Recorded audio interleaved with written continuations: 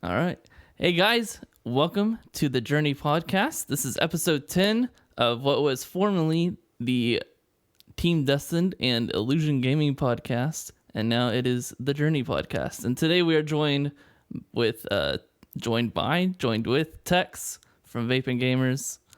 We're joined by RoTT RavVe. I don't know why I said it like that, but I did. And we also have Boot, otherwise known as I Am the Real Boot. I'm pretty sure is how it goes on Twitch. Yep. Unfortunately, Boot was taken, and so was Boot with 2 zeros. There's a lot of Boots on Twitch. There's a lot of Boots, apparently. I'm the real one. He's the real Boot. Welcome everybody. Let's see. But this is a Destiny gaming podcast. We also talk about some streamer stuff now. We have some streamers and we have some viewers today, so we're gonna get a little mix of opinions and viewpoints and stuff. So it should be pretty fun. I'm looking forward to it. Also today we're doing a birthday stream because I'm gonna be out of town. I'm leaving for Michigan on Monday, and Monday is my 31st birthday. So pretty excited about it. It's gonna be fun. Dang. And I know. But yeah, if you anybody's interested in being on, we're all about having smaller streamers and community members and stuff, and occasionally a bigger streamer will try to get on as well. So welcome, and let's get into this. So what has everybody been playing this week? What have you been playing, Tex? What's been going on with you, man? Good stuff. Titanfall 2. Oh, I need to play it. So good. I forgot how much I liked that game. Did the campaign again on PC, then got into a little bit of PvP, got my butt slammed all over the place. But the PvP in Titanfall 2 is really good. Playing Destiny 2, of course, the new season's really, really good. Mm-hmm. I like it quite a bit. And then, of course, Apex and a little bit of PUBG. How's it been going back to PUBG? Rough. Really? Are you playing on Xbox or PC? Both. I'm doing both? A little bit of Xbox. More so Xbox. I started doing a little bit of PS4 now, and then on PC. It's just super slow. It's super slow. Then, of course, because the player base isn't there that once was there, there's a lot more bots in the game. So that's good. I get extra wins. That's good. Congratulations. That's all right. And what about you, Boot? What have you been playing, man? I know you've been playing. You know what I've been playing. I wanted to play some Mortal Kombat this week and get back on the towers, because that's just always just blow off steam fun. So I might mess with that a little bit tomorrow. Mortal Kombat 11. Yeah, dude. Yeah, I love it. It's when Spawn came out, and I was just like, "Yep, I'm Spawn main," and I've been working on him. Now, prior to that, I've just been Cabal. Like, I can rock your world in Cabal, and I know Cabal is broken, but I don't care if he's broken. I'm bad at video games. I need broken things to win. That's why I run Fellwinters, man. Yep, exactly. And what about you, Rod? What have you been up to, man? Destiny 2, helping out with people doing raids when needed. Did a little comp this morning, actually. Went pretty well. Only 2 hackers. Oh, that's not too bad. Only 2. 10 matches. I think it's a fair ratio. Yeah. But also been into Minecraft on the clan server. Been having help doing that. And working on 100%ing Middle Earth Shadow of War. Oh, that's the second one, right? Yes. Shadow of Mordor was the first one, I think. Yeah. I'm almost there. All the achievements, almost. Just it's got the sexy Shelob in it. But I have one DLC left to finish, and I'm working on extra challenges. I forgot how much I love the fluidity of that combat system. It's so much fun. Yeah, I really like the what's that system that they have for like the bad guys? The Nemesis system. Yeah, it's awesome. I love the humor in it too. Yeah, it's great. Well, I've been playing a lot of Destiny 2. I've been doing some stuff been playing a lot with Boot this week, which has been really good. It's been good getting to know you, man. I really, really appreciate you hanging out with us and stuff. Yeah, it's been a blast.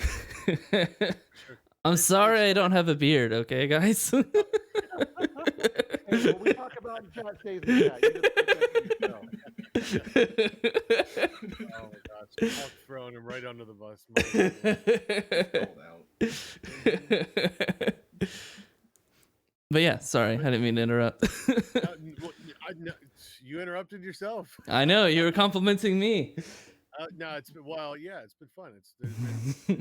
I've never laughed so hard in my life trying to figure out how to Sherpa a divinity run that I've never done Sherpa before, and having the support there was great because like I have been a part of those puzzles like a lot, but I haven't done them enough to like know them all of them and where to go, and the fact that we were able to all put our heads together and figure it out was really cool. It was fun. It's a very different feel leading the charge and information of the raid. Yeah. Yep. Yeah, it's something I'm trying to learn how to do as well. Y'all did our clan? I don't think our clan did as many raids this week as they did last week, right? There was like we did one raid this week that I was a part of. But I believe they've done at least 2 or 3 other raids without me. But I've been helping Ninja with his recovs. Gotcha. Recovs are some sweaty games at times, huh? That's what I've heard. And that can be. Yeah. And then it's okay. Sorry, I was gonna say I've also been playing some Halo 3, which just came out on PC with the Master Chief Collection. I haven't installed it. I haven't jumped in yet. You should do it, man. It's really, really good. It's a lot of fun. 3 was my favorite one, and ODST was my favorite DLC. Yeah, I think ODST is coming later. I played the first couple of campaign missions, and then I played some PvP today, and man, it runs really good on PC. What was the mechanic that like really separated Halo 3 from its previous 2 iterations that people love it so much? Because I never got into it. I never got into Halo. And I know that there's a lot of players that were into Halo before they were into Destiny. So the weapons got changed from Halo 2 to Halo 3. You can akimbo wield or dual wield more weapons than you could in Halo 2. I believe you can dual needlers, blast pistols, and the SMG and a couple of other guns, and also the battle rifle got a change as well from Halo 2 to Halo 3. That's when it became its burst format, I believe. Shotter. Yeah, and also they added equipment in this one, so you have stuff like bubble shield, landmines, like lists and stuff that you could use. What was the armor set called? The one with the katana and the bone armor. I forget what it was called. The Hayabusa armor. Hayabusa armor. Yeah, that's where if you ever heard of a Hayabusa armor, that's where it comes from. It's from Halo 3. Okay. Yeah, and the recon armor was another thing. Well, so the Hayabusa is actually it's like an Easter egg for Ryu from Dead or Alive. Yes. Yeah. And the recon armor was a very limited set of armor. Only, I believe, maybe less than 0.2% of people actually ever got it. Because it was a special event item you can only get if you were a developer or something, other form of media connected to the game, basically. So it's super rare. When you see one, you would gush over it because it was that rare of an armor set. Well, it also had I think it had like community events, kind of where like Halo does now, or Destiny does now, where you could they have viewer events or community events, and they would also have events where like Bungie would go into the game, and then like if you beat them over the weekend, you would get, I think, is that how you got the flaming skull in Halo? I don't remember. Oh no, that sounds pretty fun. Yeah. You know. Yeah. Against the developers, like. Yeah. Cool. And that was Introduced the Forge. The Forge. oh yeah, they introduced the Forge. Yeah, sorry, you cut out. So they introduced the Forge, which is basically a map making deal that you could have in Halo 3. So you could create custom maps and stuff. And yeah, sorry, Rot, you're cutting out, man. Your camera's frozen. At least it got your face in a good pose. Indeed. It's very flattering.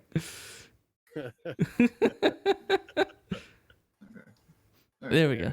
All right, he's back. So it's because of Discord hates me. Yeah. That's all that is. If I've not clicked on it long enough, it just freezes me. I think that's about all I've been playing. I've been playing a lot of Destiny, man, because we did the raids this week and stuff. Yeah. Been doing some raids with different streamers and stuff, trying to get people together and like kind of meld communities and help people network and stuff. So it's been pretty fun. But yeah, I like the effort that you're putting into it. Yeah, I appreciate it, man. That's why I'm doing the raids and why we're doing the podcast as well. So absolutely. Heck yeah, man. Let's get into our main topics discussion. So we're talking about two different things today. We're gonna be going over the state of the PvP Sandbox in Destiny 2. And also we're gonna be talking about how we can balance content for entertainment whenever you're streaming and also just playing with friends or like clanmates and stuff. So we're going to be starting with PvP. So skill-based matchmaking has been removed from Quick Play and Iron Banner. And we have a new king of PvP with the Gnawing Hunger auto rifle. So how do you think the removal of skill-based matchmaking affected your PvP experience, and how do you think it's impacted the game overall? And Tex, have you played any PvP recently? Oh yeah. Okay. Just making sure. Yeah, you just look in general comments, dude. I complained about, PvP being nothing but a shotgun match. Ridiculousness. Takes no skill to run around with nothing but a shotgun. That's all I'm saying. I know, man. No matter what the weapon meta is, the shotguns will reign. Yeah. Yeah, so I mean, I think, in terms of them with the matchmaking, I've been playing with like a lot of randos and just been getting absolutely crapped on. 100% crapped on. Of course, running with randos will kind of do that to you, but been noticing a lot more like, guys that have like flawless titles and, the high-end PvP guns are basically just running the maps like all the time in quick play. And it's kind of disgusting, really, to be honest with you, in my opinion, but it is what it is. People just tell me probably get good, and that's I guess that's fair. Yeah. I mean, I honestly, like, I hate going into a match and like 3 or 4 guys out of the 6-man team, they're all running shotguns, running around freaking camping in corners waiting for you to come around, and they just one blast you with the shotgun. You're like, okay, well, thanks, man. Wind up getting out of a match of maybe getting 2 kills and having like a KD of like 0.25. Do you play on PC or console? PC. On PC. I was looking at the wrong thing. That's why. Okay. I think it's a mixture. I think it depends on the map too. I think like smaller space maps or have the tryhards on the shotguns were aping in on you, and then the other styles to just like the ones that sit and use a millimeter of a pixel to camp behind. and just map you like just constantly. You peek a corner, you put a toe out, sliding around into a corner to grab some special ammo, and you're dead. It's and you just boom from across the map, beloved, or Yep. So for me, I hadn't noticed a difference in the skill-based matchmaking being there or not. Personally, I'm still getting the same quality of matches regardless. So I feel like either I've been playing without it, I've been immune to the system the entire time, or it just never was there to begin with for me, at least. Well, I think it also depends on if you're playing solo or if you're playing with other people. Because if you're playing with other people, they're automatically going to be skewing the matchmaking anyways, because all of us have a different skill level. So once all 4 of us try to go into matchmaking, it's just going to pull people from all different skill levels as well. Yeah, but that's also what we never made me party lead from when we did that, because I got a lot of tryhards. I don't know if it matters who the fire team lead is. I think it counts actually for does, everybody. because their connections are peer-to-peer based. So whoever fire team leads is that they're going to be based off their connection. Yeah, So but not skill though. No, not skill. Not usually. But at the same time, like I understand what you're saying though. Yeah. It I mean- seems to me that there's like that it could either be one or the other with their matchmaking. yeah. I think their matchmake, whatever integration they have on a server level, is inferior. Peer to peer is so old and so outdated and antiquated that they can't keep up with it and put the correct, like proper modern anti-cheat systems and integrate them properly because Mhm. they refuse to move to dedicated servers. Yeah. So I mean, they can't, as they've said, they can't afford it. right. So it's either match based by skill, where your KD and your time alive and all that stuff like matters, like those numbers matter. That's what Your comp elo numbers in are. general. Your elo, yes. It's either that or it's connection based. And Mhm. because of whatever reasons, they wanted to make that funner for everyone, quote unquote. But it made it fun for the people that are good at PvP, and it made it not fun at all for the people that are not good at PvP and PvP. So I've when they announced skirmish matching being removed, I actually did a couple of solo games just to test it, and I've done this multiple different days, obviously, because I can't just take one testing pool and say that's my result. I'm taking multiple samples basically, and I've noticed back when I had the skirmish matching was still a thing.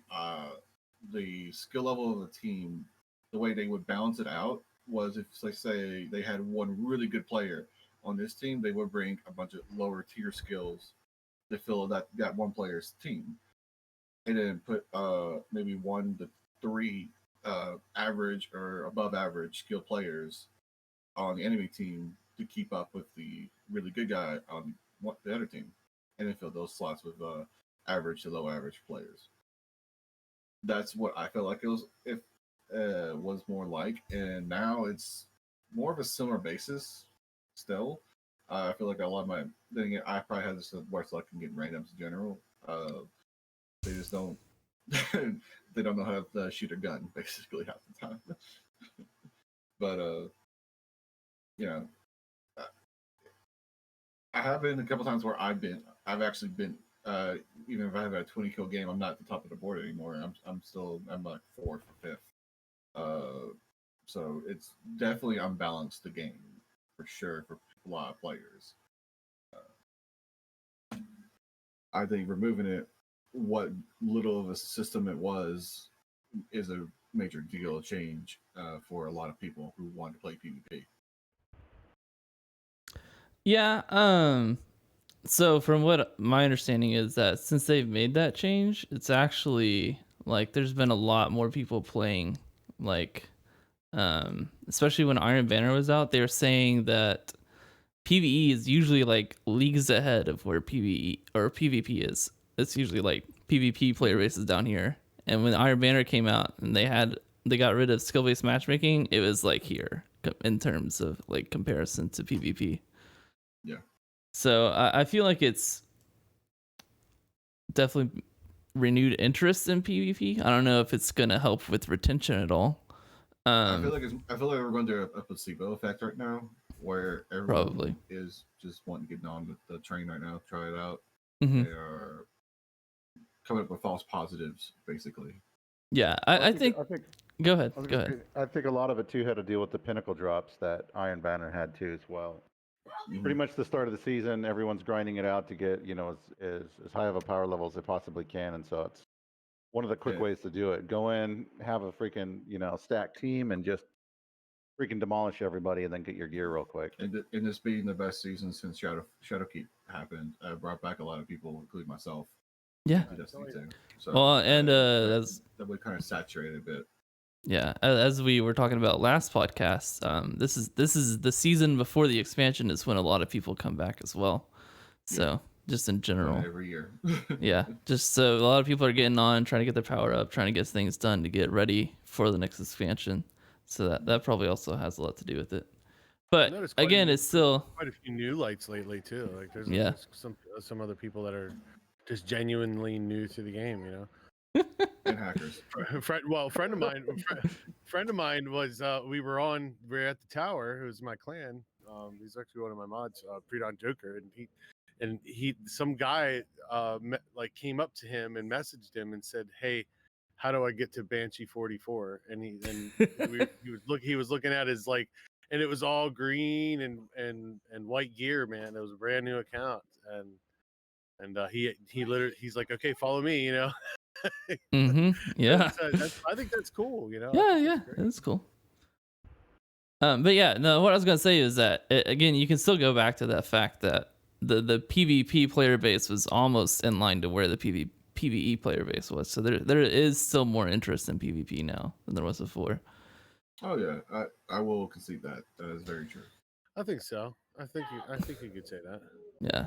But I think at the same time, the matches are more all over the place, which is either you can look at it as a good or a bad thing.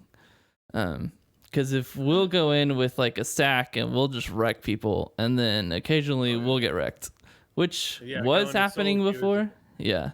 Yeah, and solo queue is a whole different dice roll, if you ask me. Yeah, Mhm. it is. Yeah. And you would get that a little bit with skill-based matchmaking, but it seems to be a lot more common now. I haven't noticed. Snowball effect. Yeah, I haven't noticed as many games that are like maybe like 5 kills difference between the two teams or anything. I've had a couple of those matches, but those are due to solo queuing. Yeah. And then I think the other good thing though is that the chances of you running into somebody who's a lot better than you also helps with your ability to kind of grow as a PvP player if you're interested in, getting good, as they say. Well, yeah, but that's kind of been the trick thing just before the system was removed, in my opinion, because there are plenty ways you could bump up your skill level to counter those people just by playing like comp, for example. Yeah, comp is a good way. Yeah, comp is a really great way, honestly. If you're able to contend in the higher ranks, you can easily bump up your elo or whatever stat it used to base your skill base on. I actually still don't know what stat they used because it's hard to tell. Yeah, it is. It's not an elo stat, that's for sure. This is the first season that I did comp ever. I never touched it prior. All I did was play Control and Crucible for my pinnacles, and then that was it. So but the season I don't know. I for some reason I was like, you know what, I'm just gonna try to get good,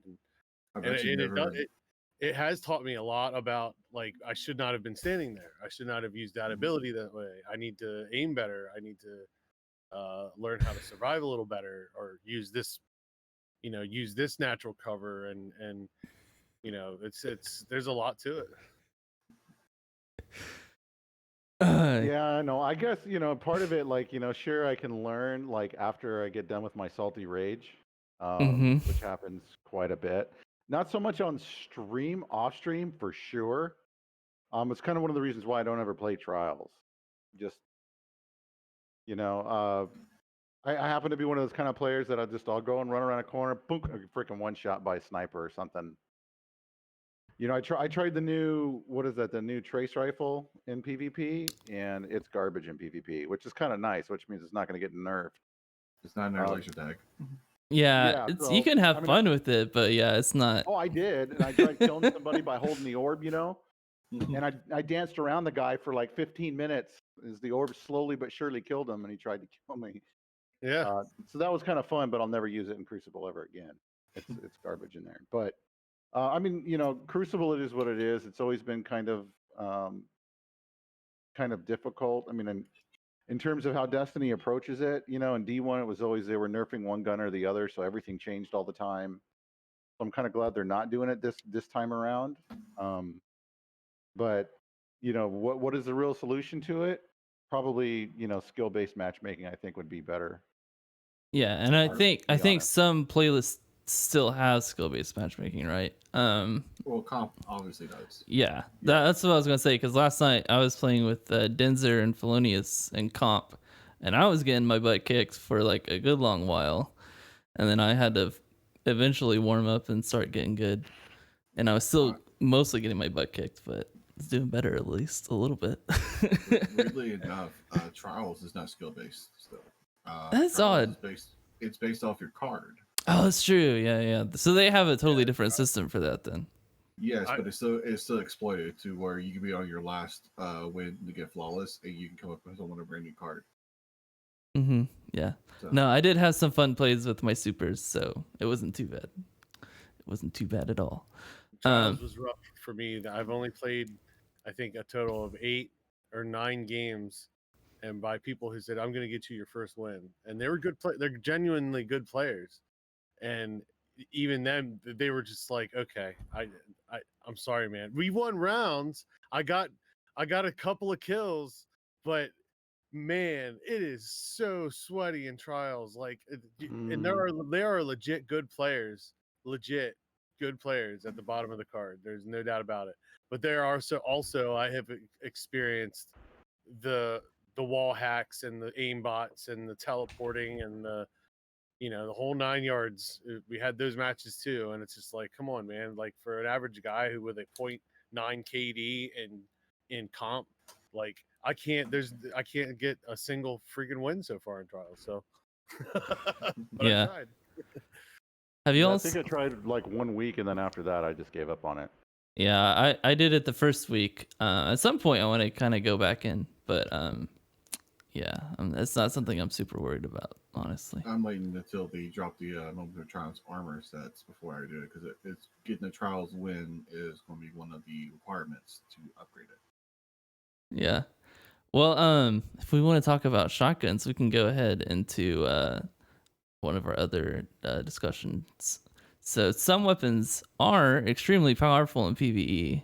For example, shotguns and mountaintop. Destiny is a looter shooter at its heart. So I personally think some weapons will always kind of outshine others. But what are some ways that you would suggest, or the ideas that you could have that would kind of help bring balance to the force, so to speak?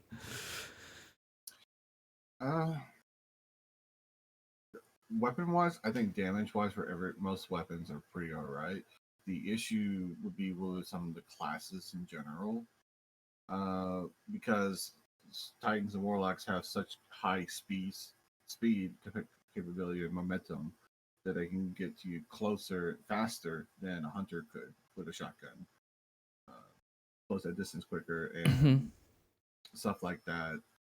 But at the same time, I don't want those systems to be changed. So there's no good way of balancing the system to a point where it is actually balanced but playable.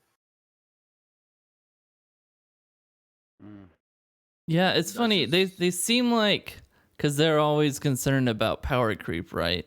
But like shotguns have been slowly, like, the range on them has been slowly increasing. I wouldn't even say slowly, dude. It's just been a thing.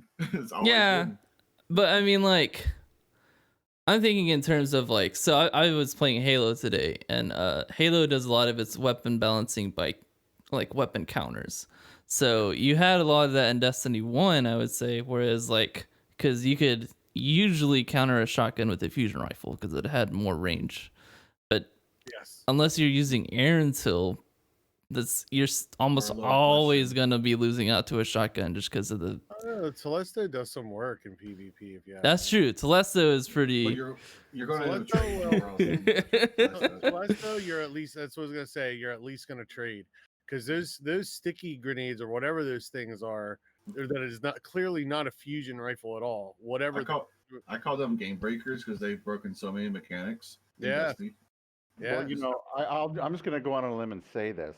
The Rat King is good. So is the Risk Runner. Risk Runner is good. Definitely good. Yeah. Rat King. If I had one more person running with me, I would use it probably more often. Mm-hmm. So, I mean, especially like in Control, like Rat King is really, really good.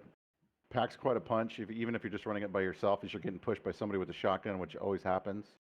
Or a Titan, 9 times out of 10, they're dead before they even get to me. Yeah, I've noticed more. That's one of the things I've noticed with the removal of skill-based matchmaking is that not as many people seem to be only sticking to the meta. There's a lot more variation in the weapons that you're running into now, which has been Yeah, nice. something that is true.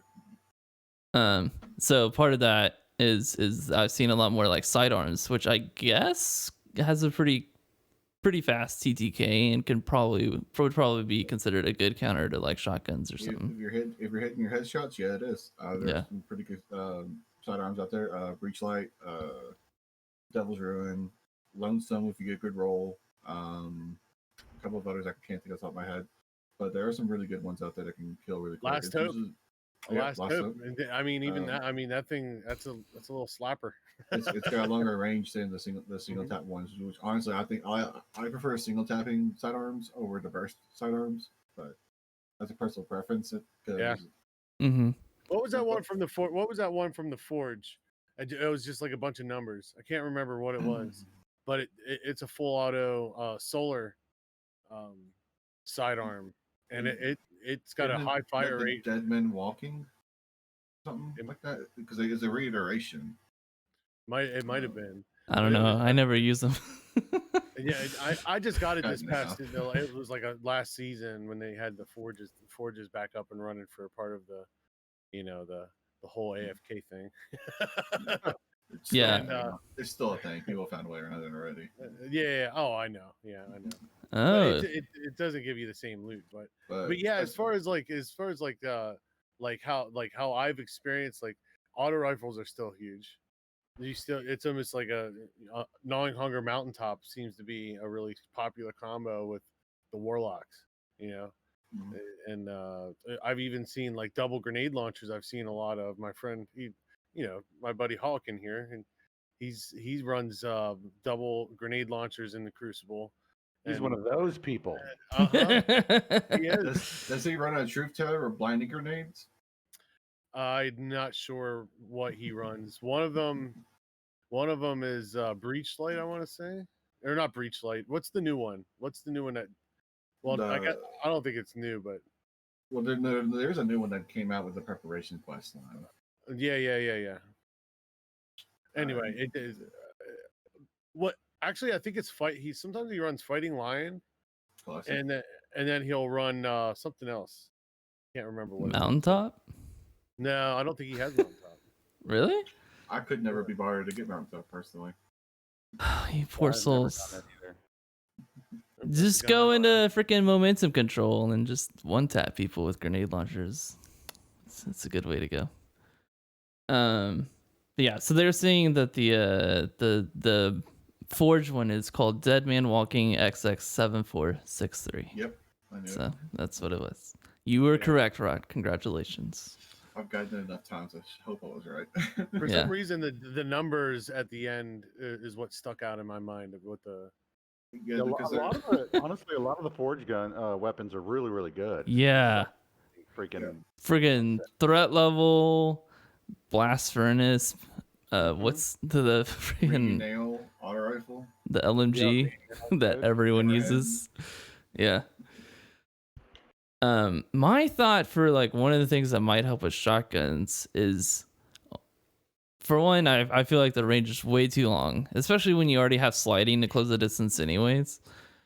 But I feel like if you gave them like one special ammo, like on spawn instead of two, I feel like that would help a lot. But for shotgun specifically, yeah, because you could still give sniper rifles like 2 rounds, because that's a very skill based weapon to use. Even though those can one tap as well, you got to hit those shots, man.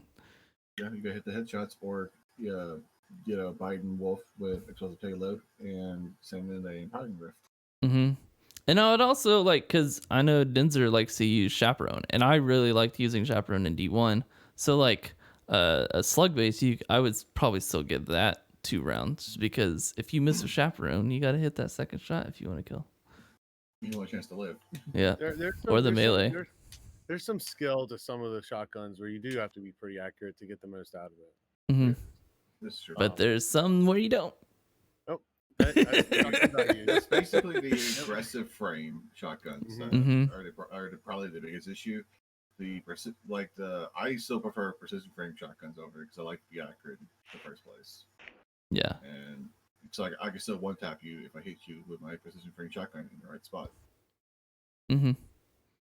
All I right. use an iColor shotgun in Crucible because I'm bad, and I don't have to look down my sights to get a kill with it.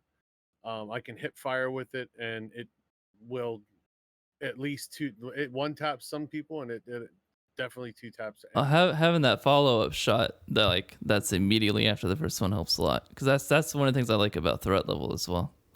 Mm-hmm. In regards, the last thing I'll say about the balancing thing is an idea way they could at least start or preemptively balance weapons is to find, because they have a list of people. They gotta have a list of people who have a high rate of finding how these guns are broken, and get those people to come in and test these weapons for you instead of your dev team. Because they're going to put these things to the actual test that they always do, and find out how this is broken, and what this is exploit. Yeah, I mean they need, because I don't even think they have they used to have the sandbox where they would test different game modes. I don't even see that in the director anymore. I don't think I've never got a PC that had it on it one. Mm. But at the same time, like they need someone in there who knows how to break weapons, basically. Yeah. Are you applying for the job? I'm good at breaking games. I'm not good at breaking weapons specifically. That's fair. But yeah, I've seen a lot of people like on Twitter also complaining about Mountaintop and like trying to come up with solutions for like nerfs for that weapon, and so they'll give it damage fall off. It's easy. I mean, after a certain range, like give it some damage fall off. I mean, it's. But where do you draw that line for range, though? That's the problem. They did that with Hard Light. They nerfed it. But Hard Light's an auto rifle. Well, this is a traveling projectile, and Hard Light's a hit scan. Yeah. Like one of the suggestions was give it less accuracy when you're in the air. I don't know how good that would be, because the only way you want to use that is when you're... Well, because it'll change in Crucible, because you get your kills with Mountaintop by just direct hitting people, which is really easy to do. Yeah, I mean, that's true, but I don't know. I find it pretty easy to compensate your shot in the air, especially if you're on a Warlock or Titan. Yeah, you're floating more. You don't. There's no arc, so you don't need to compensate. You just all you need to do is predict. I mean, like in other weapons. Other weapons. So using any other grenade launcher for an example, that has virtually no arc at all. It's not too hard to compensate. Well, that's kind of thing is if you're facing somebody who's or a group that's using all Mountaintops, the only way to really combat it is to match the DPS and the value that they're getting. Yes and no. You can also bait their shots out, and if you know, like Hunters and Dodger, the Hunter Dodger is really good for this. With Wormhusk, you can survive more shots at you because they're going to miss the direct shot. Yeah. You don't get overshield. You just get health. You health regen. Yeah. Oh yeah, health regen. Yeah. And so one thought I had though, one thought I had about Mountaintop specifically is that you could just reduce the velocity of the grenade that gets shot out of it. So it would still be effective, like depending on how much you do it, it would still be effective at medium to close range. But once you get out this further ranges, it'll be easier to like get out of the way of and stuff. Yeah, so. But the main complaint about Mountaintop is in Crucible, where medium and close range are primary where it's used. Yeah, I mean it would still make it easier to, like, avoid. But it just depends on how much you reduce that velocity. Yeah, I mean you could do things like reducing the reload rate on it as well. Mm-hmm. There's some things I think you could do damage fall off. But the problem is that I think you could separate it between PvP and PvE too. They've already started doing that. Yeah, that's the thing, is that you don't want to like nerf the gun in PvP and break it for PvE, which has happened with a lot of guns already. Yeah, Hard Light, great example. most Mhm. recent at least. Yeah. So, we're gonna keep going here. Auto rifles are the current meta for primary weapons in the PvP sandbox. Do you think this is the right archetype for a meta in Destiny? And what other types of weapons would you like to see in the meta? And which do you feel overall fits best for the role of primary meta weapon in Destiny? Rat King. Racking, of course, of course. No, As far as what I don't know. Go ahead, Rot. I was gonna say, as far as weapon archetypes, there's no one good archetype. There's always gonna be complaints regarding because if scouts were too strong, people complain because of it being mapped out sniped by a scout rifle. I'm guilty of being one of those people who did it. And hand cannons have been in that weird middle ground where they're always in meta to extent.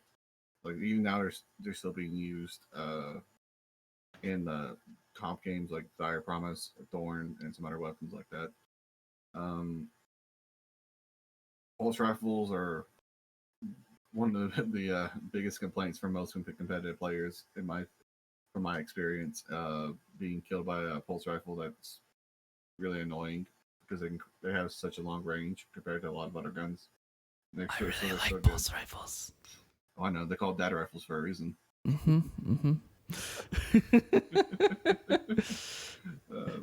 I think I would like to see a meta where fusion rifles are the meta.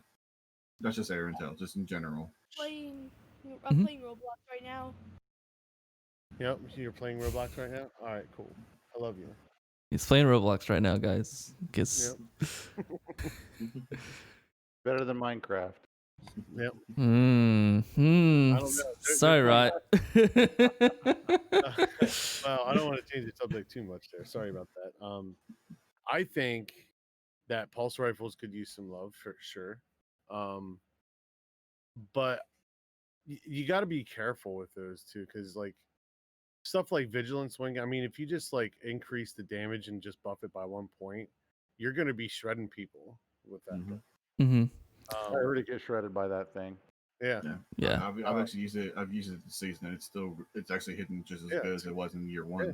It's a slapper. I like that term lately. She's a you know. I think that 140s could use Oh some help yes. in a bad way, and I think 110s could as well. Yeah. I think that that if you're not running a 150 hand cannon, you're wasting your time. Yep. And that is the only like meta archetype, in my opinion, that For there PC. is. Yeah, for PC. Yeah. Yeah. For console, you'll be a 180. Yeah, you need the high fire rate on console, I imagine. 180 also just has no recoil. Yeah, it's just a straight shot. That's crazy. I personally wouldn't mind seeing fusion rifles make a comeback. I am one of the few, I guess not few, but one of the old school that actually grinded his the crap out to get sleeper simulant back in the day with all the EPs and chasing those nodes around Mars, and I love that gun. I freaking love that gun. I just got the catalyst for it recently, doing a Prestige Spire, and I'm working on it slowly. It is a very long catalyst, but I would love to see that gun back in some sort of relevance, for PvE and PvP. I think it was good. I think that Bungie's answer to fixing broken weapons is too extreme, and their armor and the armor as well. Mm-hmm. Like for instance, like in Antaeus Wards, for instance, it was fine where it was when it first came out, and then they nerfed it to the floor when they They buffed it first, and then they buffed it, and then they nerfed it to the floor again. But they took it past its first iteration, which would have been fine. It didn't even need a buff in the first place. Mm-hmm. So it's like what I don't understand some of that stuff. I mean, I have a list of hunter exotics that were good, fine, and then destroyed. Yeah. I thought Worm was okay. Like Worm was fine when it was just like it procs your regen when you did it. That was fine. Yeah. But the problem was it was year one, so the weapons weren't to the point where they are now. So like, I feel like if we get the old worm huts back, it'd be fine. Yeah. One-eyed mask too. Yep. Nah, one of my mask needs to be nerfed still. One-eyed The- mask the- is. the- One-eyed the mask- That's a over- nope, the man. overshield- the overshield plus the damage increase on marked victims is it's too much, especially with the current meta. Nope. It's fine. Yeah, I mean, so hunters I have think an easy button. hunters have a faux tracer, which does the marked enemies, and so you can like see them behind walls and stuff, but it doesn't give you an overshield. It doesn't give you increased damage. It's only, and it's also an exotic helmet, same as one-eyed mask. There's something. There's a video I saw with MTash where he was using faux tracer, and there was some ability through faux tracer that he found out that if a marked target was less than so much health, I can't remember the exact number, but it would do extra damage over time with a grenade behind a wall. Like I think there is something like that, yeah. And It's with the incendiary grenade from Solar. okay. But the problem with that is that you're throwing away extra health, which is desperately needed for a hunter most of the time. Yeah. Yes. For just that little bit of extra damage for that one nade. That, and I find it hard. The faux tracer hard to actually proc consistently. I think it'll mark it. It'll mark a target, and half the time that marked target. Oh, it marks the target that you're shooting at, whereas the one-eyed mask will mark whoever's shooting at you. Yeah,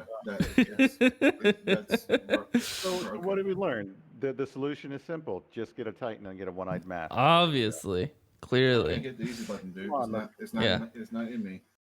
Man, hunters are pretty easy. That's all I'm saying. Hunters aren't that bad. You just gotta jump, man. That's all you gotta do. Honestly, seeing you play Hunter is hilarious. Yeah, well, that's why I stick with Titans and Warlocks. Yeah. I respect the Warlock. It's my second. I've been playing the Warlock recently, getting better at Link. Warlock's a really good class, actually. Yeah, I would like to see scouts come back though. I feel like scouts should have more range than pulse rifles. Yeah, they should, because they're marksman rifles basically. Mm-hmm. But the more range part, I don't think would make enough of a difference at this point. I think it's more of. I mean, range is stability basically impact, but yeah. a consistency thing too. I think there's a little bit too much recoil on some of them, and they bounce around too much, and they don't feel. They don't feel rewarding to even try to use on a regular basis. Like the sky rifle I probably never used outside of PvE for fun would be Transfiguration, which is from the last Witch Raid, and that thing fires so slow, but it hits like a truck in PvE. But I think if you take it to Crucible, it doesn't do nearly as much as it should. Yeah, there's one from the last the Scourge raid that you can get that is it's an arc based. No feelings. Yeah, that thing shreds. It does. It shreds, but it's got that slow fire rate. And in Crucible, I tried to use it in Crucible. It was garbage. Absolute garbage. I tried using Arbalest in Crucible again, and it was oh my god, dude. So when Sky Rifles became meta, No Feelings was one of the better ones because it had the high impact range. I gotta feed my dog. I'll be right back.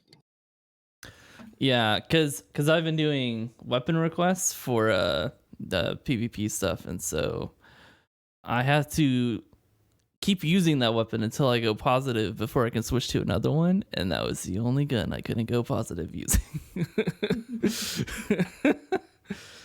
It was really bad, man. But I also tried using Symmetry, and I was actually really enjoying Symmetry. I like that gun a lot. It's also been fire modes are nice. The one that I've been using is Night Watch, which has explosive rounds. I'm still amazed that I can get, people can still get shots off on me when I have an exploding bullet. They can somehow laser me. I'm like, okay, cool, yeah. Yeah. Some people just have really like some weapons don't have any flinch at all. They can hit no matter what's hitting them. Snipers obviously they can get flinched off really hard, but there's an easy counter for it now, which is just aim at the person's kneecap, and when you get flinched, it hit their head. Oh, I think you can also double up on the unflinching mods as well, right? Well, you can, but that's Yeah. yeah. There's multiple ways of dealing with it at this point. Like flinching's not that big of an issue if you know how to compensate for it, basically. I mean, ideally, I would prefer to just see because Destiny is a looter shooter and you want aspirational gear. I would like to just see weapons from each of the different archetypes that perform well in the Crucible. I think it's fine for different weapons to do better than other weapons because that's the game that we're playing. It's not Counter-Strike, it's not Call of Duty. You don't have to balance every weapon against every other weapon. I mean, we actually another day one of the guys in Nuge's Discord was putting a spreadsheet together of guns that will be viable next season when it drops, and whenever he finishes that list, I will share with everyone, obviously. But we found that there are no solar scout rifles. Pretty much almost all the energy scout rifles are not going to be useful next season. Really? I mean, what's the exotic one that Skyburner's Oath? Skyburner's Oath, Science, Symmetry. What's the explosive one where you like it was Polaris I think Lance.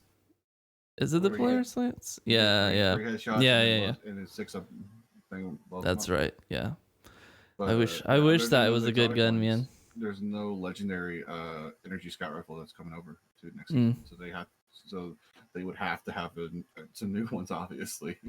Yeah. But there are kinetic ones coming over, obviously. Maybe we'll get a stasis scout rifle that's gonna break the game. You never know.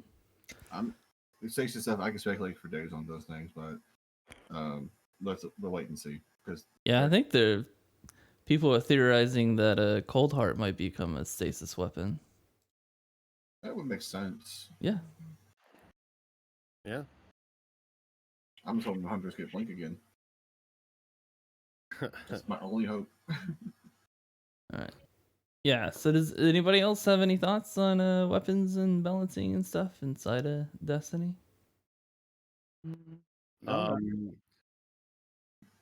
Dear Bungie, don't change the guillotine. Thank you. Oh yeah. Oh yeah. Keep the sword meta. Yeah, it really makes these encounters go a lot smoother for us. It's also nice to use a sword again. Yeah, I've really liked using swords again. I've even used swords in Crucible a little bit, and that's been a lot of fun, man. I mean, we said that clip of me get done. I did. Was it a 4-piece? I saw it. Yeah. Yeah, it was my clip. So I did see it. I saw it when it happened. I wasn't recording, and I've gotten the habit now where every time I jump into a Crucible bench, I'm recording now. So Excellent. What's your guys' thoughts on the artifact bonus stuff that we're getting as far as the mods and stuff? Are some of them too powerful, too expensive to use? For instance, my favorite, Oppressive Darkness. I'm going to have to wait until we get it in our hands, basically. Because they can say a lot of things, but until we actually see what they do, we don't really know. Yeah, we have to wait extra long now. I mean, I get like 6 days of Destiny 2 before I have to jump to Cyberpunk. Is that what it is? Yeah, pretty much. Which is, I mean, it's fine. I mean, as long as they, come out with a really good DLC in the next year, it's really, really good. I think it'll be fine. Story-wise, it's doing good. Yeah, I mean, to see exactly how that's going to affect this season and how they're going to kind of prolong it and make it feel like it's fun playing after you've pretty much done everything that there is to do. I mean, I don't know. We'll just have to wait to see. And then how is that going to affect how they're going to be doing seasons going forward? Are they going to change it to like a 3-season model rather than 4? Since they can't necessarily keep that schedule, I guess we'll just have to wait and see. Yeah. How did you feel about a Battle Royale text in Destiny? I think it'd be fine. Warlocks would win, hands down. I think a really cool way that they could do it would be implement PvE, PvP in the open world. That's true. I feel like the struggle with a battle royale mode would be I don't know that you'd be able to do like the whole loot system. But No, look, you could not. Let's be truthful, okay? They need to do one thing before they bring in a battle royale mode if they decide to do that. Not Sparrow Racing League. They bring in Sparrow Racing League. yeah. They can give me whatever else they want. I want We have- Sparrow Racing Sure. League. We have what 3 good tracks right now that aren't technically tracks. You know, Scourge I of the mean, Past, Prophecy. just give us that Scourge of the Past checkpoint to play. As a, you know what I mean? I think I've that would been- be cool. I've had to practice that thing so much to get to for flawless runs, but what it is actually really satisfying to get a full run through that without taking any damage. It is super satisfying. It's cool. Now I'm working on the prophecy. That's what I was Race. hoping. That's what I was hoping Guardian games would be. You know, something like they had a new area that was like a patrol zone, like not that you could open up from a patrol zone or from the directory and go race. You know, I think that's the first initial thought when I heard them announcing Guardian games. You know, We are getting the no fly zone thing. yeah, coming back soon. yeah, that sounds fun. I think before they would do like a battle royale, though, I think they'd have to do something with the anti-cheat system. Well, Yeah. they are working on making one for themselves. So whenever that's implemented, we'll see. I guess. Man, I would love to see them do actual dedicated servers. I think the reason they said they can't do it is because the engine itself just doesn't support it, which That's is probably true, actually. unfortunate. Yeah. Well, we've said this before in a past podcast that they should just redo the engine. Yeah, I know. Boot thinks they're doing a new engine. I do. I kind of all the signs makes kinda sense point for to it. them All to- the signs kind of point to it, if you ask me. It makes sense for them they- to change it because it's not compatible with their current Yep. budgets. So they're taking out a brand new dungeon. They're taking out all this old stuff, right, to make room, right? Mhm. They Mhm. need room. I mean, Destiny's already a bloated game. There's a lot of wasted assets everywhere. They have to remove the brand new dungeon that's just came out from the you know, and So everybody's actually I loving. think the reason that I think they said the reason that they're getting rid of the dungeon is because that it's tied to the reckoning area, and so a lot of that's getting changed or removed and stuff, and so that's why they have to take that out specifically, and that's why they're going to bring it back later. Yeah. But- You start off at the Reckoning drifter ship. So. Yeah. But and that sounds weird to me, especially since like Gambit would make sense to be a huge part of the new expansion. Well, they're revamping Gambit next season somehow. So if they're doing all of this and they're having these delays, a lot of the stuff isn't compatible under what they have now, and not only that, but like kind of the ominous tweets that you got from Microsoft during the Xbox One X or the new one that came out. They had a launch reveal, and there was a tweet that got sent out from Microsoft to Bungie. It's glad to be working with you again. So or something like that. It wasn't like anything like any kind of detail or looking forward to the future with you know what and I kind of like when is the next gen console releases? Well, Aren't they it's coming out probably in sometime in December? November. November, December. June. It'll probably be November, December for Christmas time. I mean, Yeah. how would the how? I funny mean, would that be for it to be Bungie already stated that they will be making cross play. I think. So that's their plan for next year. So that could be what the Microsoft guys are referring to in that regards. It just Mhm. wouldn't. It wouldn't surprise me if that somehow, some way, and this is my tinfoil hat on. If that in the background somewhere we're getting a Destiny, what was supposed to be Destiny 3. We're getting a new engine that is based on the architecture of the Halo 3 stuff, and they're making us a brand new game that is not like anywhere Well, close to what we have. so if you ever listen to what's the podcast? It's a huge tinfoil hat. No. You're not the only person to say that. So Halo Infinite is going to be using the what's called the Slip Space engine, which is a new engine. And so some people are thinking that Destiny is going to move onto that engine, or that there's a possibility of that. What's more likely is that they're just going to revamp their current engine, which is kind of what they've been doing already.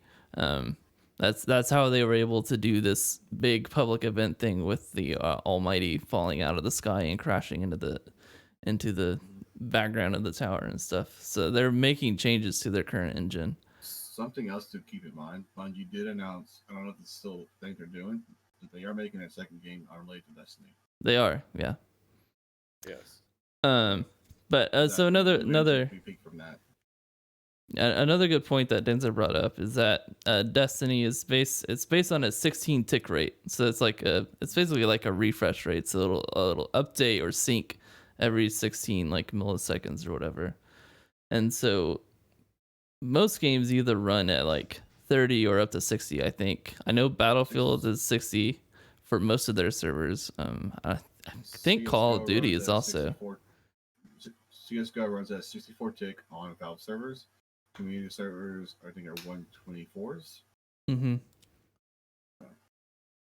And it actually makes a huge difference playing on both the servers. Yeah. Your movement is completely different. Oh yeah. Well, it also it's why you'll get so many situations where you're gonna get shot behind a wall or behind cover, or you'll get trades and stuff because you're synced differently to where the other person is in their game. So you're behind the wall in your screen, but for the person, they're still like behind on their server or on their side of the server, so they're still able to hit you because it's not fully synced up yet. So updating the tick rate to like 30 or 60 would help hugely in Destiny. Oh yeah, it would make a major difference peer to peer in general, but I could see them going into the 30s at least if they ever do change that. Yeah, I think a lot of that has to do with the consoles that they're running on and stuff. And well, yeah, they have to keep that in mind. But yeah. I also feel like when they do make the change, it's also where we're going to see a lot of the engine in itself change. Yeah. I mean, it would have to be an engine change. Yeah. Okay, so that's enough talk about Destiny 2 for right now. Well, technically for Destiny PvP specifically, we're still going to talk a little bit about Destiny. So our second topic is how do you balance content for entertainment and just like playing with friends or clanmates and stuff. So as a lot of us will probably know, streaming a raid can be pretty hard and challenging as you're trying to do the raid and communicate with your teammates while also trying to entertain chat. So what are some methods you have of making sure you're giving both chat and your friends you're playing with the proper amount of attention? So like I said before, we have two streamers here, and then we also have RoTT. So we'll have a streamer opinion and a viewer opinion. He said he's going to tell us if he thinks we're doing a good job of that. So and the guy on the other end trying to carry them through the raids. Yeah, that's why I bring a carry with me, man. So do you want to go first, Tex? Sure, I suppose. Honestly, it's kind of hard. I try to watch chat while I'm doing a raid. I don't know. It's most of the time when I'm doing raids, chat gets kind of ignored because I'm focused on the mechanics. Especially with like Destiny 2, it's very mechanic heavy. You've really got to be paying attention to what's going on. A lot of different timers and such like that. So you just got to try to make the best of it. Tell your chat, hey, there'll be some times when I'm playing that won't be able to do anything. Like if you get killed or whatever, and you're just kind of sitting there, I'll quick mute my mic to the group I'm with, and talk to chat, and we'll laugh at myself, or I'll be angry with one of you guys. What do you mean? I'm just kidding. Angry at the game is what you mean. Yeah, sure. But then, I just try to make sure that I kind of, go back and forth as best as I can. Sometimes I do a good job. Sometimes I don't. As you guys, you're like, I haven't heard text in 15 minutes. Like, I'm sorry, dude. I was muted the whole time. I totally thought I was talking to you guys. So, you just try to make the best of it and try to, catch up on chat and tell people, that, you appreciate them being there, and that, asking for suggestions, what they think, what kind of guns, stuff like that. Try to get them involved while you're running the raid. Yeah, I noticed, like for me personally, I spend a lot of time. I'm I think I'm still pretty decent at like responding to chat. Whenever I'm in a raid, if I see someone make a comment, I'm pretty quick to respond to it. Usually, I know Tex got mad at me once because I completely ignored him. But outside of that though, because usually when you're streaming, you're trying to like constantly engage with chat. So you're talking to yourself, trying to like talk with chat.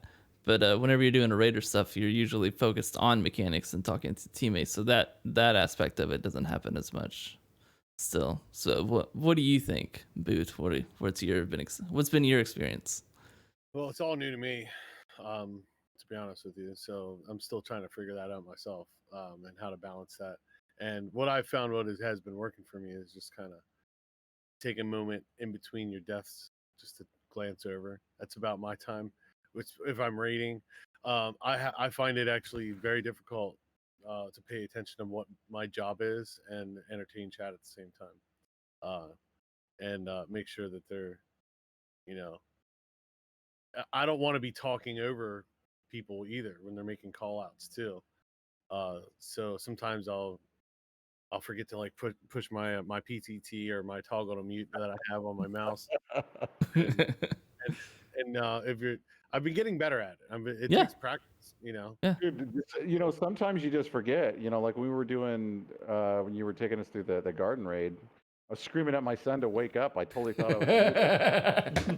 Clint, of course, I'm not streaming at the time. Clint is streaming. I'm like, wake up, Elijah. Wake up. Get up. I was like, oh, oops. I'm like, I'm sorry, guys.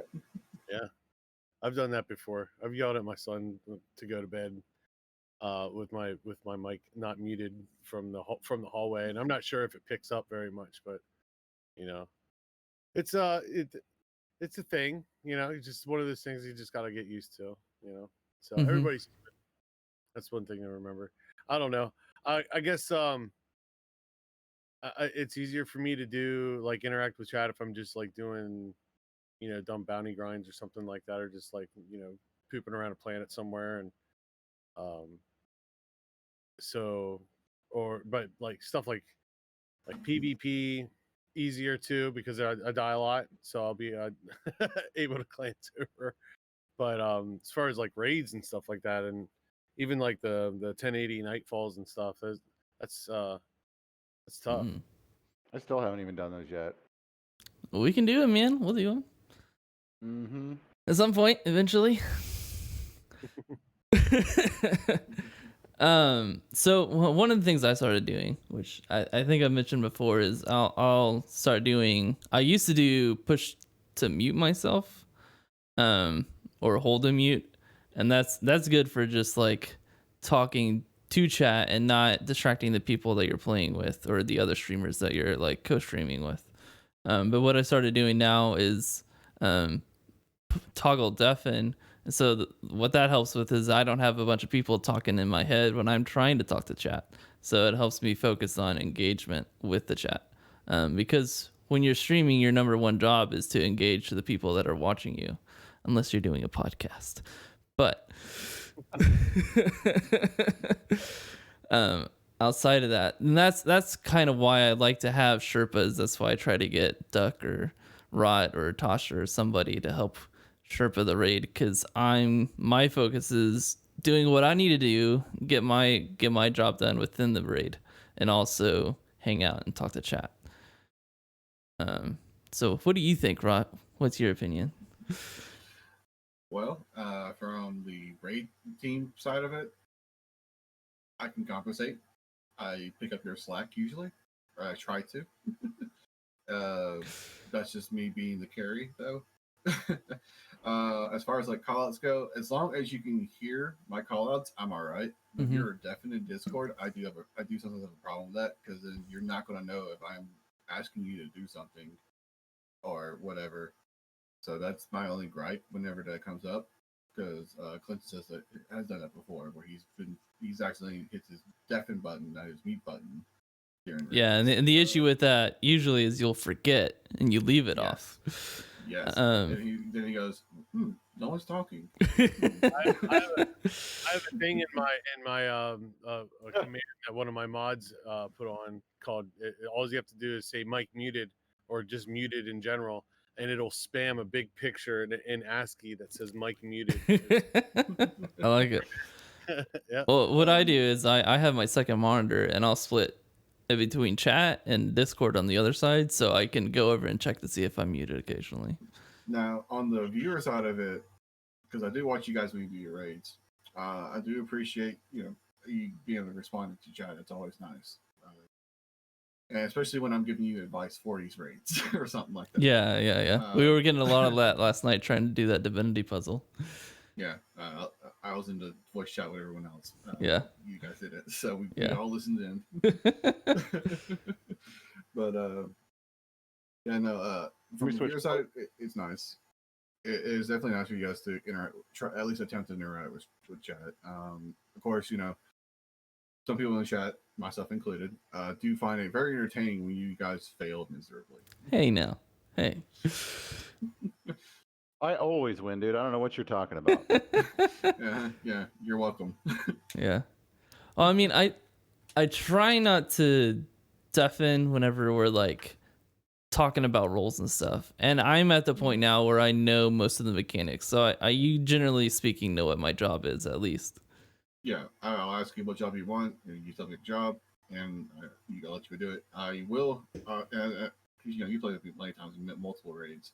Mm-hmm. Doesn't matter what job I have, I will try to do everyone's job at the same time. Mm-hmm. Mm-hmm. I think I do an okay job with that. Yeah, I mean, it also doesn't have to just be in terms of rating though, because there's a lot of other activities in Destiny. So like, what's been your experience, Boot, with like doing like Crucible or just running PvE stuff as well? Because you were touching on that a little bit earlier. Yeah. So for the Crucible stuff, I was asking Boot, not Rod. My bad. Oh, you're muted, Boot, by the way.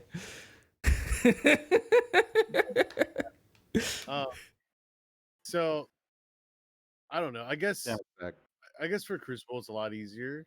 Like I was saying, like there's a lot of times for me to I have 3 monitors. I have the one up top I use for all my Chrome tabs that I have open for different things like my music or checking back on the stream for my stream manager to be able to change his title and stuff like that, and mod controls. And then on my second screen I have my Discord, and then I have my game on my main screen. And I don't know. Whenever I die, I usually just kind of glance over and see if somebody's there and talking, and I'll get definitely acknowledge them. It's a lot easier. Mm-hmm. Even in comp, so I don't find it very, very difficult to interact with chat when I'm doing PvP stuff. Nightfalls, I've the 1080s, the 1050s, and the 1080s. I've not responded to chat promptly before Mm-hmm. it happened. Somebody will say, "Hey, blah blah blah." I look down and it's like, "Oh, that was like 7 minutes ago." Yeah. Yeah. But it's a lot of sweat, and there's especially the 1080s. There's a lot of stuff going on, and there's a lot of teamwork you have to do to be able to. They're like kind of baby raids, really. There's all the modifiers and stuff that they don't tickle. No, yeah, no, it's intense, man. And sometimes you have to really kind of like work together with your fire team and combo one ability with another. We have to kill certain ads in certain orders, and yeah, it can be intense. So just like a raid, it's tough to chat like that. Yeah, and I also think it's important to occasionally, is one of the things I need to work on is taking time from playing the game and just interacting with chat. You do that some stuff with your drum solo, because you're not playing the games, you're doing the drums for the people so they can watch. And then I know you can do it whenever you're like, especially when you're like getting raided or something. Usually it's a good idea to like take a break and like just sit there and like go to a different scene. That's mostly like chat, scrolling down and stuff. That's what I see a lot of people do, and just sit there and talk to the people and stuff. What are your thoughts on that, Tex? What, taking a break and doing special chat sessions and stuff? Yeah. I think it's good. Yeah. You know, it's always good to re-engage and to talk to chat. Usually you have like 3 different types of people in your chat. You have the lurker, or lurking for whatever reason. You have the people that are semi kind of active, that are they're hanging out, chat every once in a while, but are playing their own game or whatever. You know, so they're semi lurking, but not really. That's what a lot of my mods do. Then you have, you know, the people that like to talk and to keep people entertained. You know, while the streamer's kind of going on and try to get chat up and running. So I think that it is good to kind of take a break, maybe do something different if you can. Sometimes I do, but it's like very rare. Most of the time I just keep on playing. It's kind of my fault. I mean, yeah, Rod, that happens. Call out mods sometimes, you know. I know what my mods are doing. I know they're in different streams. Not calling out any names, DJ. But you know, I mean, I mean, it is what it is. You know, you try to do things, try to keep, you know, chat entertained and keep people, you know, interactive and stuff like that and engaged in the stream. Sometimes it works, sometimes it doesn't, you know. And then again, if you're like really tired, you're just trying to game and stuff like that. Sometimes it's hard. Sometimes you're just paying too much attention to the game. Sometimes you're paying too much attention to chat, and you know, you just do the Yeah. best you can with what you got. So how do y'all? Well, oh, I guess. Well, we'll just go on because I don't want to run over because we got a time to keep. So, how do y'all balance playing with friends and clanmates and doing collabs with streamers? Or do you? I make sure that I at least pop in to my clan every couple days at least, and whoever's in voice, you know, try to do at least a little something with them. You know, I try not to isolate myself too much. They recognize the efforts that I'm putting in to try to, you know, build a little something and do something cool now. And they stop in every once in a while.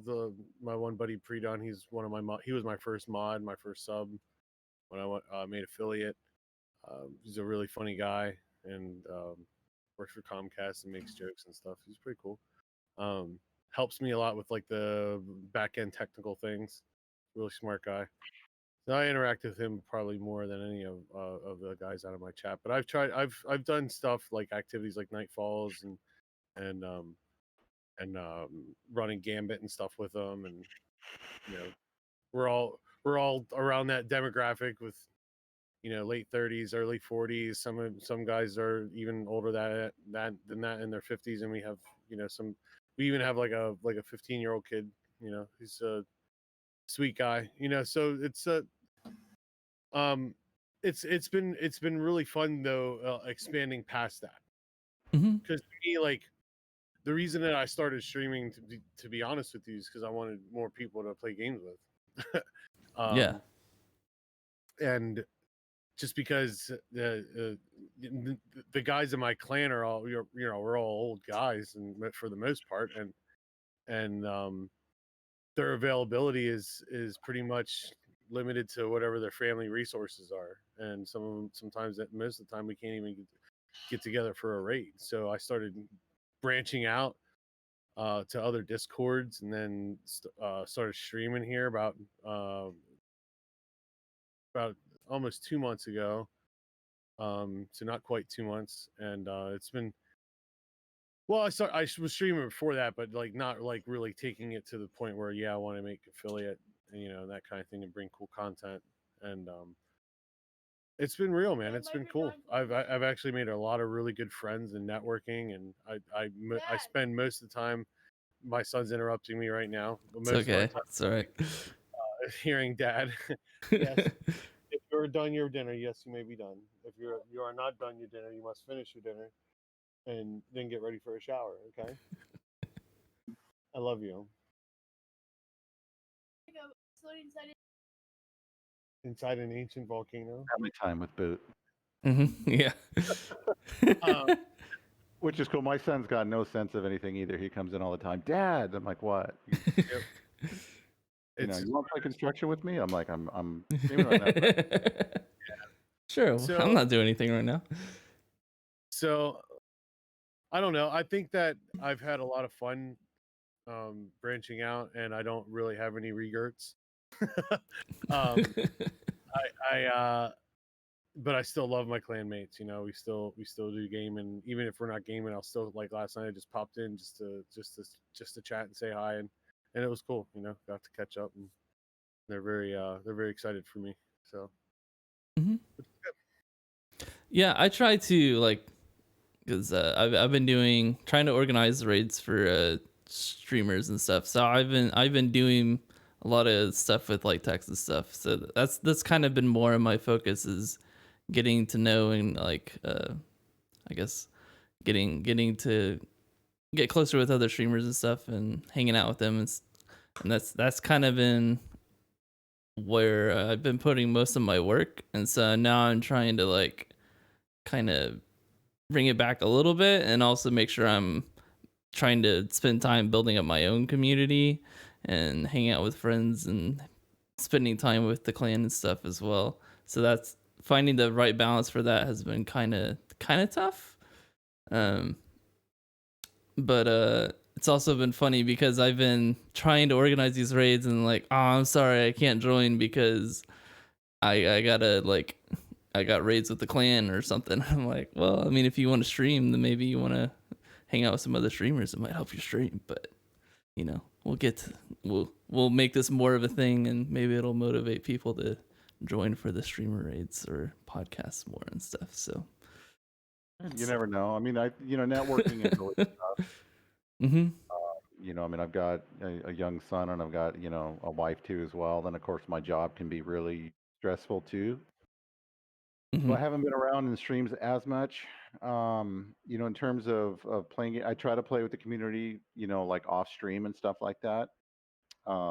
Just to get some game time in, and just to game for the sake of gaming. I mean, there's a difference between gaming and streaming.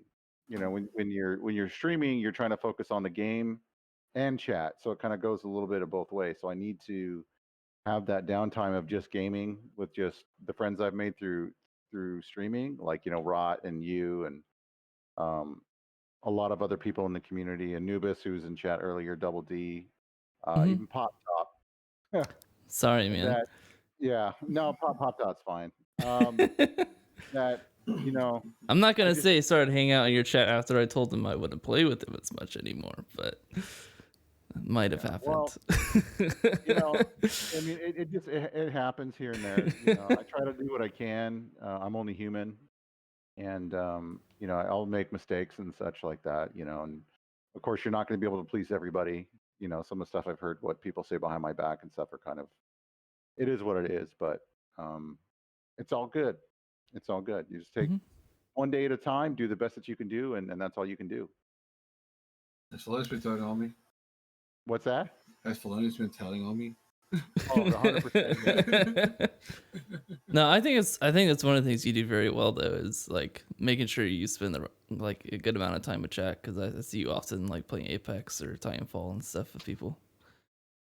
Yeah, I try to, and I like those games too. So it helps me to practice, not look quite so potato when I stream. Yeah.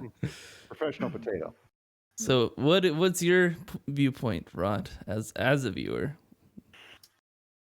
It is definitely a hard balance. I understand it. As a viewer, I do, at least, because I've been around all of y'all streams at some point or another, either as a lurker, half chatter, or full on in chat for the entire stream. So I understand the difficulties of gameplay and just chat interaction. It's not an easy balance, especially for certain games like Destiny 2 or that require a lot of your attention, or like Apex. You're not going to really talk much in between matches, and that's very fleeting in and of itself. So,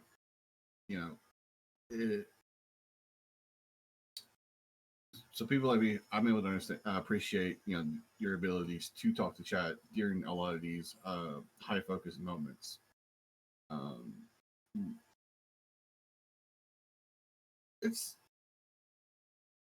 It's pretty nice to see a lot of people try to be good to their communities. You don't get a lot of there's a lot of streamers on Twitch. Not all of them are as able to be as interactive with their own community, other than be the celebrity of their community. Yeah. and I think, especially as you grow and you get to become a larger streamer, if that ever does happen, um, then that can be something difficult that's got to be rebalanced because you're going to have people pulling at you just for whatever particular reason. Mhm. I mean, I've met some real interesting characters in my time streaming, that's for sure. Like the one guy who came to me, he was like, "Man, I can't wait to be a streamer." I was like, "Why is that?" Because I'm going to be totally rich. I'm going to have all the girls. I was like, "Well, then you're after the wrong thing, buddy." Because it doesn't happen with streaming. It just doesn't. Nope. Nope. You're looking for Twitch staff. Oh man. Yeah, there's definitely it's not like I'm rolling in anything except for my more gadgets. That's about it. That's where most of my money goes. I have somebody come over and do work like on cabling or something like that, and they're like, "What do you do?" Because I've got 3 monitors and a laptop here and everything else. And I'm like, "Oh, I'm a content creator and streamer," and they're, "Oh, okay." Yeah, I cleaned up my office a little bit, but I still need to get some like fancy lights and stuff, and maybe a curtain Yeah. over here for the window. I've got a fancy brick wall behind me and a bed, so I'm happy. Yeah, that's fair. I literally have my drum set right behind me, and this is my couch here, and my TV's over that direction. So it's like I need a dedicated space here. It's definitely very tight. Yeah. I mean, you had to move your stuff recently, right, Tex? Yeah, my mother-in-law came to live with us, so I gave up my office. And my new office is now my bedroom, where all the magic happens. All of it.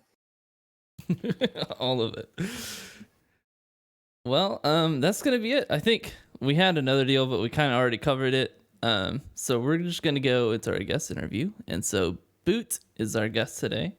So thank you so much for joining us, man. I've been, for those of you who don't know, I am the real Boot.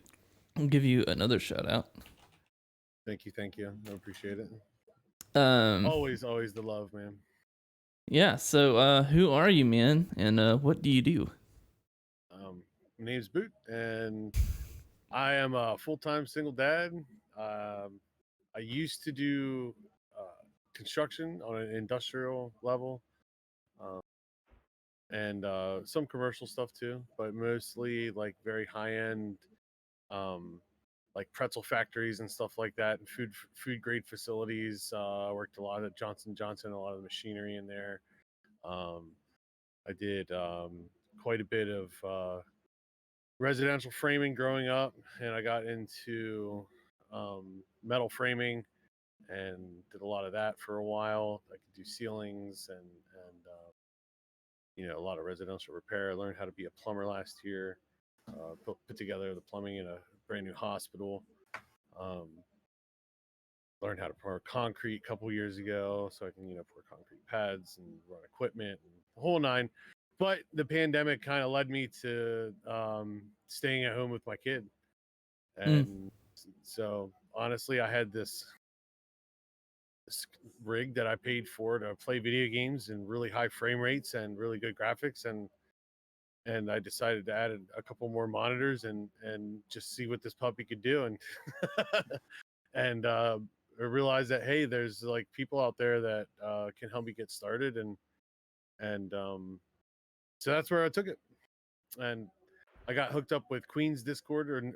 Originally, she put out like a help thing for people that were starting out, and I thought it was really awesome that she did that, and eventually I got connected with the Rise Up community recently, the last couple weeks ago, and now I'm partnered up with them, and it's been great, man. It's a lot. They have a lot of support that they do. They make sure that it's a safe community to come to game, and they make sure that people meet their goals when it comes to streaming. So like they'll have if they see a small streamer they know who's a friend of a friend that's trying to make affiliate, we'll get an announcement, say, hey, everybody go, this person is like so and so many followers away, or go lurk for this person for this stream, please help help this person get affiliate. And it's really cool what they do. So other than that, I play drums Mondays. I'm gonna I'm gonna do a schedule now for it's gonna be Mondays and Wednesdays are gonna be my main days, and then Thursdays and Fridays I might do something too. But I'm not gonna be doing 2 streams per day. I'm just gonna keep it like a consistent schedule, a couple hours, and bang out the drums at around like 1:30 in the afternoon. And it's really cool. It's fun. You get a lot of people that come in that have give me songs to play that I've never heard before. I've heard a couple times and can't remember all the parts, but I know some of them, so I can fudge it together on the fly. But honestly, I really just love to plug my headphones on and disappear in the music for a while, and I'm glad that people like to watch it. It's kind of Yeah, I've really enjoyed it, man. One of the questions that's not in here, but I want to ask you is, how long were you part of, like, how long have you been watching people's streams, and how long were you part of like Queen's community? I've been watching Twitch more recently since the pandemic hit. But before that, I only kind of watched like the top ones that were shoved in my face for the top of the directory. The guys that are across the top of them. I'd like to check out who's doing what in different games that I might be interested in. That was probably about a year ago, and then Queen's Discord's still pretty recent for me within the last 3 or 4 months. Yeah. But I really started to, the reason I like really got hooked into it, to be honest with you, she was streaming Destiny one day, and this has been actually post Overwatch. Okay, so I played Overwatch for 3.5 years straight. I moved over to PC, and for a year prior, an entire year prior, I was on a platinum and diamond team, a couple different teams, and we did scrims on an amateur level, and we had a couple up to about 100 or so people watching the tournaments and stuff, and it was really fun, but it was also extremely stressful.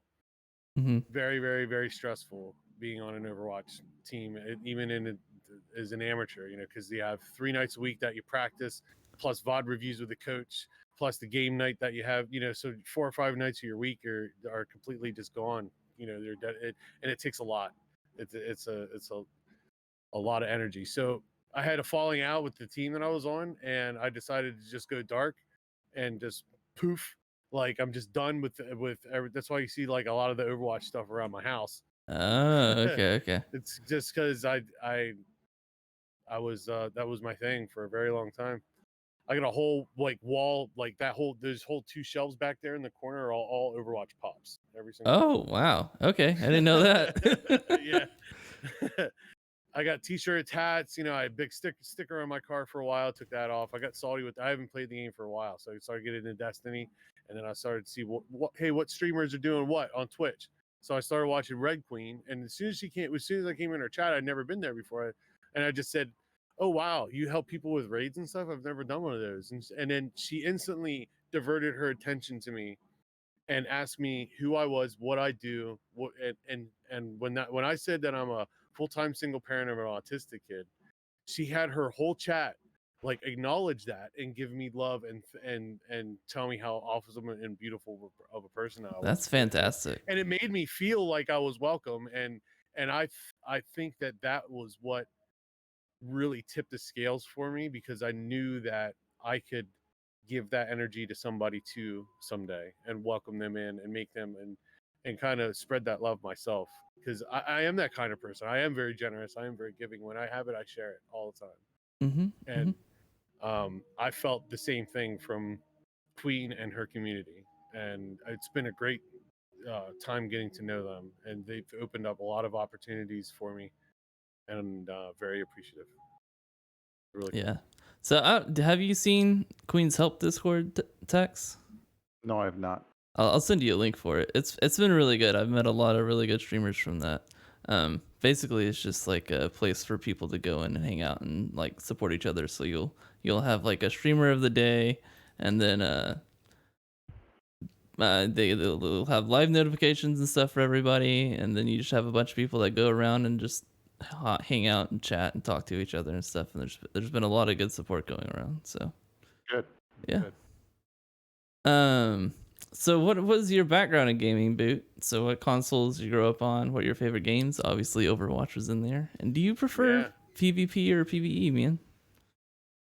Boy, it's such a loaded gun. I enjoy all kinds of different games actually. I have I grew up in arcades. Um, I grew up waiting in line for my next spot at Killer Instinct or Mortal Kombat. You know, you'd put the quarter up on top, and that was your, you know, I'm next. Boom. But it's like your reservation kind of. And I loved racing games growing up. Fighting games were huge for me. I got into shooters back in Quake 2 days. When we had our first LAN party in high school, when I was like probably 15, 16 years old, I had a Pentium 133, you know, with a Voodoo 2 graphics card in it, and I dragged my whole rig, that white box, over to my friend's house, and we'd all hook up into his token ring LAN, and we'd all PvP against each other. You know, 6 of us going head to head in Quake 2 maps, and when you could, you know, do that was that first version of peer to peer. You know, you're using IPs to connect. It was really cool. Then I got into like Unreal Tournament. Did a lot of Quake 3 when that came out. I was a big Quake 3 head. Doom. That was another when the new like Doom 3D and stuff like that. That was like, it's basically what I grew up on. My first video game though was Dangerous Dave on, I had a 46 DX4 at my dad's house, and it was DOS was the operating system, and I remember having to use floppy disks to start up Dangerous Dave. That was my very first computer game. Very nice. Before that, I was, you know, I mean, I had Nintendo and all the consoles and stuff growing up too. Big Gotcha. time. Yeah. Yep. ColecoVision, Atari. Mm-hmm. All those Well, I had Atari 2600. Yep. Yep. Pong. Those Those were the days, guys. Those were the real games. Those are the real games. Pong wasn't in my repertoire. It was a little, just a. That was about a you know, half a decade prior to me. So, but yeah, I think I've always just been a computer nerd. Mm-hmm. I've had consoles in the past, but I much prefer the frames that a fully customized computer can offer. And yeah, that's PC Master Race, yeah. No joke, but, man. I mean, Tex, you dabble in both PC and console, but I think the rest of us are pretty much PC Master Race. That's all right, man. Hey, look, I got love for everybody. You guys Yeah. have love. I mean, I got all the other consoles. I just watch anime on my Xbox. That's all. I play my Switch every That's now true. and then. Yeah, Switch is pretty good. Well, I mean, dude, there's some great titles that have only been on console, like Horizon Zero Dawn, which is now going to be coming out on PC, and that game is phenomenal. Yeah. Oh my gosh, I cannot wait to play it again on PC. Can't either. That's August, right? I think. Actually, Yes, next month. Yeah. The game you were playing when I first found your stream. Yeah, over on Beam before it became Mixer, before it became nothing. It changed a lot of names, didn't it? I remember it changing a lot of names before it went. It was something else before Beam yet too. I think so. I can't remember what I can't remember what it was called, but I remember seeing it on my. I had an Xbox 360 for a while, or an Xbox One rather. Yeah, I mean, there's some great games on console, and there's a lot of really good gamers on console that just can't afford a high-end PC to play games or afford a PC, even a low-end budget gaming PC. Yeah. Well, there's a lot of maintenance you have to do on a computer, so there's definitely some arguments to be made about, you know, for a console it just works most of the time. So so with a PC, with the next gen, you know. The next gen consoles will give PC a run for its money. Yeah. I watched a video like trying to build an equivalent for around the same price, and it's like you can't even get close to what the next consoles are gonna do. And it'll be fully high definition 4K. I think the Xbox Series X does even 8K. Output at least. I don't think you could play games at 8K. maybe like Yeah. 2D games. But I mean, so basically, the scalability for developers is there if they want to go that route. Hmm. You know what I mean? So Yeah, I think that the next gen of consoles of the Xbox Series X and the PS5 are definitely going to give PCs a run for their money. for at least a couple of years. Mm-hmm. For the I price get- point, yeah. I for get Yeah. the- a I'll give them that. I'll give good Yeah. 7 to 10 months before PC comes out with something to revolutionize the PC market again. It's usually how it works. it honestly doesn't take long, to be honest. No. Well, it's usually the consoles that force PCs to get better, though. That's how it's always been. Well, I think the rumor is that new GPUs are going to be coming out around like September, I think. So we'll see. We'll see what happens with that. But yeah, is there anything else you'd like to tell us about yourself or any organizations or projects or anything you're working on? Talked about your clan and stuff or your Discord. As far as projects, the big thing that I'm mostly associated right now is the Rise Up community. I don't see any of them chat tonight, but that's okay. But they're we've been really like trying to push for just trying to help out smaller streamers and give people a safe game or a safe place to come and game, and it's been cool. That's probably about it as far as that goes. And honestly, like the support that you've been giving me and gaming with me this past couple weeks has been awesome. So I appreciate it, John. Oh, no problem, man. I've really enjoyed it. So it's no big deal for me, man. Yeah, I've been hanging out a little bit. I've been trying to catch some of their streams and stuff, and I saw one dude was doing a fundraiser right now for cancer thing, right? Mm-hmm. So Yep. Anchor Light. Yep, he's doing a benefit for the American Cancer Society. didn't get this right. So he's raising money for that. So I spent some time gaming with him this morning, and he had raised a couple $100, and I haven't checked on it recently, but he was pretty bent on trying to get to his goal of 5,000. So we'll see what happens. I'm hoping for the best for him. Hey, man, might as well give it a shot, dude. Yep. Why not? Exactly. Why not? Well, I think we're gonna get into our mini game, which we haven't done it in weeks. So our game is: what is an exotic weapon that you'd like to have in Destiny? You can choose the archetype and give us a unique perk for the gun. So who wants to go first? I think RoTT does. He looks like he's ready to answer. Go for it. Yeah, he Rod. does look ready. I actually have thought about it.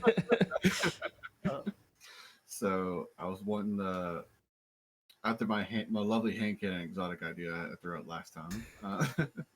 I thought about it, and I was thinking an exotic sword in the energy slot, and it'd be kind of like Warline Zero, where you get the kind of like the Tesseract jump ability or speed boost, whatever it is, and that would be its right click, but its left click, the each slash leaves a electrical slash in the area for about 5 seconds after you slash it, and then enemies walking into its arc damage, and doing that charges your Tesseract ability to where you can go up to 20 meters in distance. I like Okay, it. I know my exotic. Okay. All right. What's yours? It'd be an energy type, maybe heavy. It would be a fart gun that does corrosive damage. Okay. There we go. Bam. That's it. That's it, man. You nailed it. You get that thorn burn, but it's really I'm pretty sure that's already a Borderlands 2. They come out of the corners. Think of whenever you're fighting, It's got to be a Borderlands thing, flying yeah. wizards or whatever. You know what I mean? And they throw that little bubble down. Of Yeah. smoke. But it would make a fart sound. It'd be green. It'd be a new damage type, corrosive, and it would make excellent sounds. And just you hear the enemy basically coughing to death. I think that's great. Yeah. It's kind of interesting to think about it this way because two of our enemy factions are bug-like. See? Yeah, my idea is a grenade launcher. That's kind of like it'll be. I guess it could be a special or a probably special because well, no, it would be a heavy because of the so it would be a mix of um whatever you call it, the new one that just came out. What's the new one that like does the pull on the ground?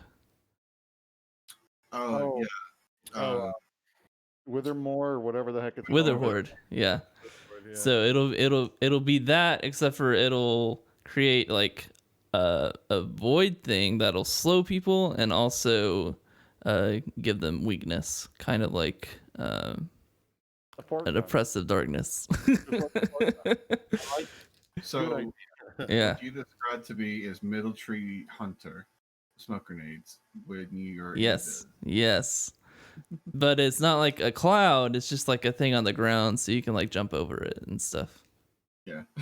Yeah. So that's my idea. I kind of had an idea with a grenade launcher as well, but mine would put almost a trip mine, but it would be it would be more of a CC ability than anything, where it gives you slow and maybe a damage over time. Whatever. I'm not sure what kind of element I would kind of put on it, but I think that something that would slow an enemy down from a lane or something like that. I think CC is really fun in a game, but the problem would be to balance it. You wouldn't want it to be overpowered. You don't want it to be something where it's something that's you'd have to make it so it was counterable in PvP. Yeah, that's the thing, is you have to balance it for PvP and PvE. So like it would have to be a short duration of a slow ability. What that sounds like to me is anarchy, anarchy grenades with the slow effect. Yeah, it does. Yeah, I was kind of thinking about like how in Overwatch there was a character called Symmetra that had these turrets that she could put on the walls. Symmetra means. Yeah, and how disgusting that would be in and try to translate that into Destiny. I also had an idea for a chest piece that would give arc damage when you would get low health. That was but what was only melee. So like if you went up to melee, and I want this to be for hunters to defend against the one-shot titans. Yes. Okay, so this is a chest piece that would give you arc DOT if your health was low as a hunter. So That also sounds like something that's from Borderlands. It'd be nice if their hunters have a good exotic once and keep it. Because aren't there like a lot of shields that like will do out melee damage to people that are trying to attack you or melee you? Mm-hmm. Yeah. But yeah, a Titan shield, if you even try to breach through it, it really puts a hurting on you, knocks you down to a one shot almost. That's true. Yeah.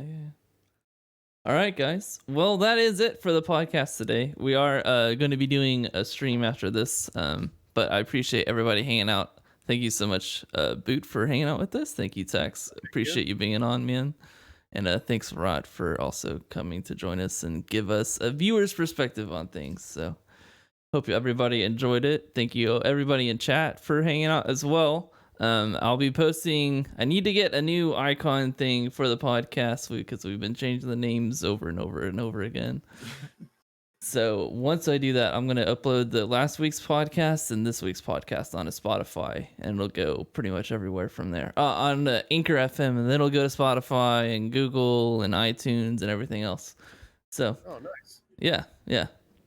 Cool. Yeah, that's it, guys. So that our 10th episode of the Journey podcast, a gaming and Destiny podcast. So hope you all had a good one. Thanks again, everybody, and we'll see you next Saturday. Bye-bye. See ya. All right.